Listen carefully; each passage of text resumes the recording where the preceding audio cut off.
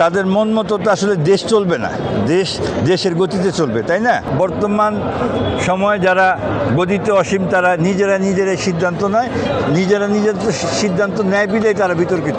বাংলাদেশ জাতীয়তাবাদী দল সবসময় আইনের পক্ষে এবং দেশপ্রেমের পক্ষে থাকে। যে এই বাংলাদেশের সচেষ্ট নাগরিক যারা, জ্ঞানীগুণী যারা, তারা তো প্রাথমিকভাবেই সেই ধারণা অবলম্বন করতেছে।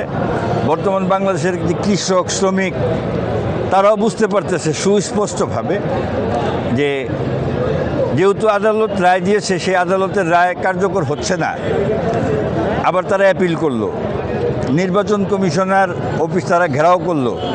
তার মানে এই নির্বাচন কমিশনারদেরকে 5ই আগস্টের পরে তো তারাই বসানোর পরে তারাই এখন তাদেরকে মানতেছে না। তার মানে কি? তার মানে তাদের মন মতো হচ্ছে না। তাদের মন মতো তো আসলে দেশ চলবে না, দেশের গতিতে চলবে, তাই না? যেহেতু একটা আদালত রায় দিয়েছে, নির্বাচন কমিশনার গেজেট প্রকাশ করেছে, সেখানে বাধা কিসের? বাধা তো সুস্পষ্ট। বর্তমান যারা গদিতে অসীম বসা আছে তারা এই কনস্পিরেসি করতেছে। ইশরাক সাহেব যেটা বলেছে, আমরা তো এখনো শুরুই করিনি, তাই না? আর তারা তো ওই যখন মেয়াদটা ছিল ওই সময় যদি দিয়ে বলতো যে আপনার মেয়াদ এই কয়দিন, আপনি এই যে কয়দিনের জন্য শপথ করেন, সেটা তো তারা বলে নেই। তার মানে তারা তো পূর্ণাঙ্গ লুকোচুরি করতেছে।